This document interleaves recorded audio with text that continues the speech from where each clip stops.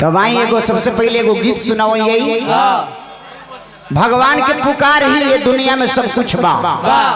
एक घड़ी में आध घड़ी यादों में पुण्याद तुलसी संगत साध के कटे कुटी अपराध।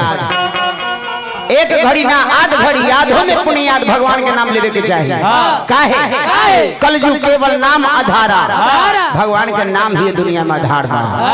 अपना खातिर तो सब कुछ सब लोग करते बा, लेकिन भगवान खातिर जे हमारे दुनिया में भेजले बा उनका खातिर क्या करता नहीं। हमने का पल भर भी भगवान के नाम लेता नहीं, शरीर के मुक्ति के यही एगो उपाय बा।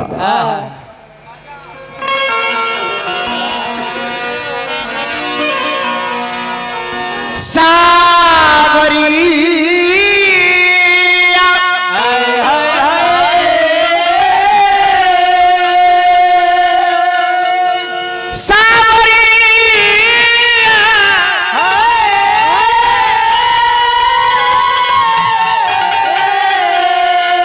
हो गए सवरिया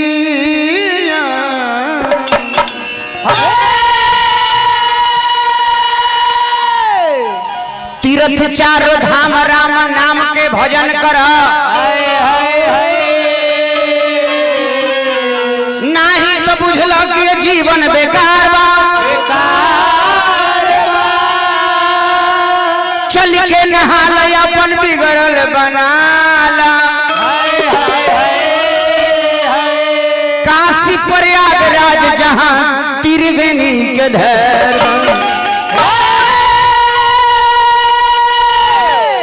गंगोत्री जम्बोत्री और बद्री केदारनाथ, चित्रकूट ऋषिकेश जहां हरिद्वार बा।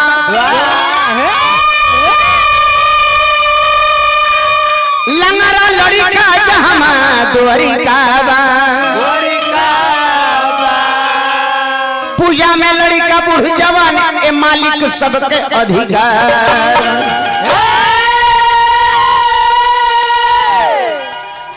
ये दुनिया में रौरा बढ़िया चीज करत तनी ते एकरा से बढ़ के कुछ हो नहीं के ना एकरा से बढ़ के कोनो पूजा बा ना धाम बा ना एकरा से कोनो बढ़िया काम बा।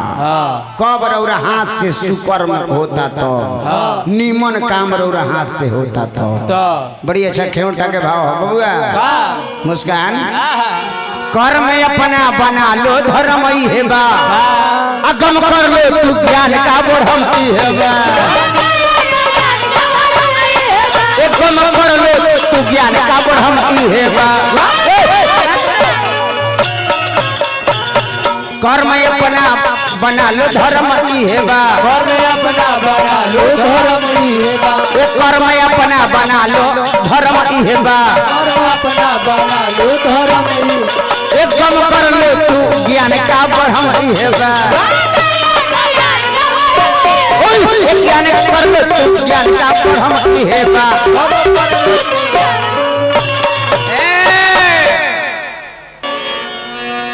जे जान करके दुनिया में ढिठाई करे, अपना जीवन में पाप के कमाई करे। अपना जीवन में पाप के कमाई करे, अपना जीवन में पाप के कमाई करे। जे जान करके दुनिया में ढिठाई करे, अपना जीवन में पाप के कमाई करे। अपना जीवन में पाप के कमाई करे, अपना जीवन में पाप के कमाई करे। डी भास भैया हमरा के 100 रुपया के पुरस्कार देनी। का सनोज बाबू भाई हमारा मीरमपुर से भाई घोष जी हमरा के पुरस्कार देनी। बहुत हमार पुरान प्रेमी लेदार हमरा के बहुत रुपया के पुरस्कार देनी। हार्दिक अभिनंदन बा बबुआ। जे जान करके दुनिया में यदि गलती करता वो शैतान बा। अनजाने में गलती हो गई नादान बानी। जे जान करके दुनिया में ढिठाई करे,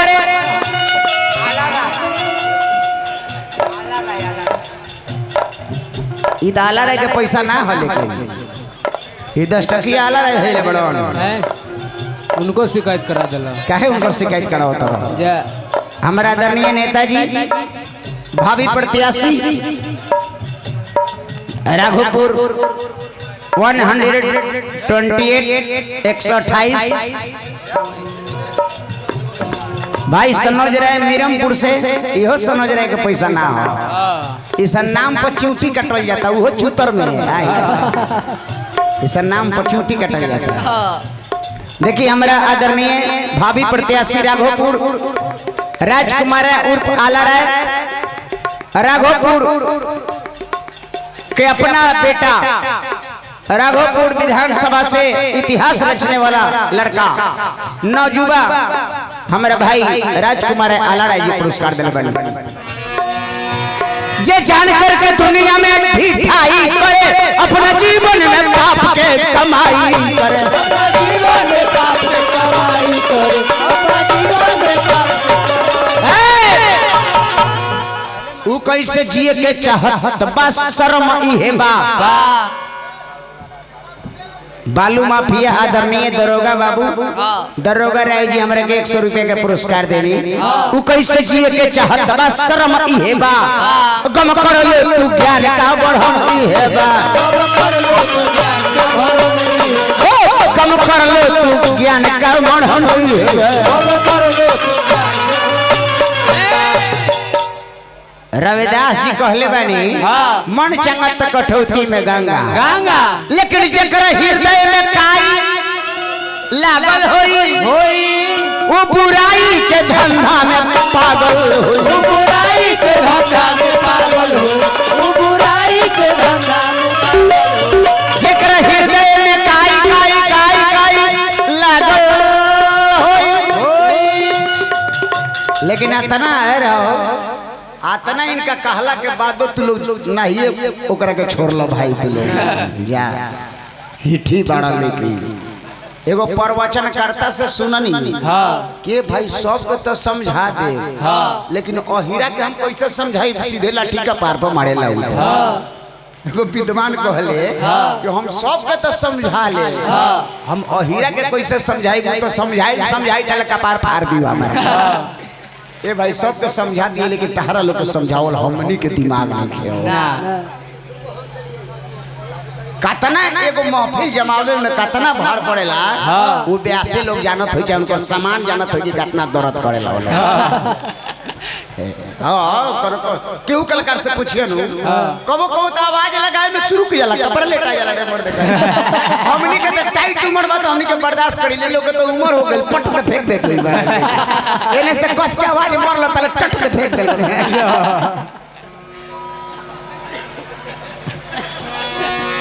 जेकरा हृदय में काई भैया लागल होई वो बुराई के धंधा में पागल होई बुराई के धंधा में पागल हो वो बुराई के धंधा में पागल हो ओकरा आशा बा मोक्ष के भरम इहे बा ओकरा आशा बा मोक्ष के भरम इहे बा गम कर ले तू ज्ञान का बढ़म इहे गम कर लो तू ज्ञान के भरम इहे बा गम कर ले तू ज्ञान का बढ़म इहे गम कर लो तू ज्ञान का भरम इहे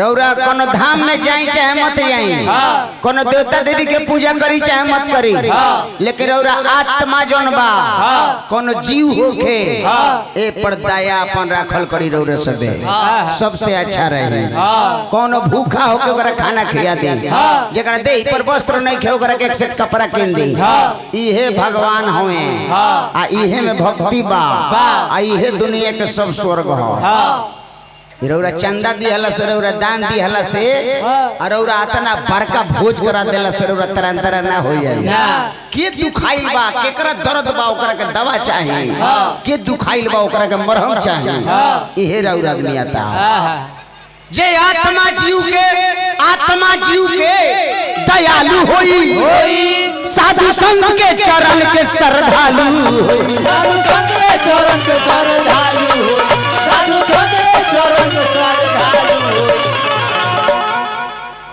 जे आत्मा जीव के दयालु होई साधु बाबा के चरण के श्रद्धालु होई मन महान बा मुकेश के रहम इहे बा महान बा मुकेश के रहम इहे बा मन महान बा मुकेश के रहम इहे बा महान बा मुकेश के रहम इहे बा ए गम करल तू ज्ञान का बढ़मई हेबे गम करल तू ज्ञान का बढ़मई हेबे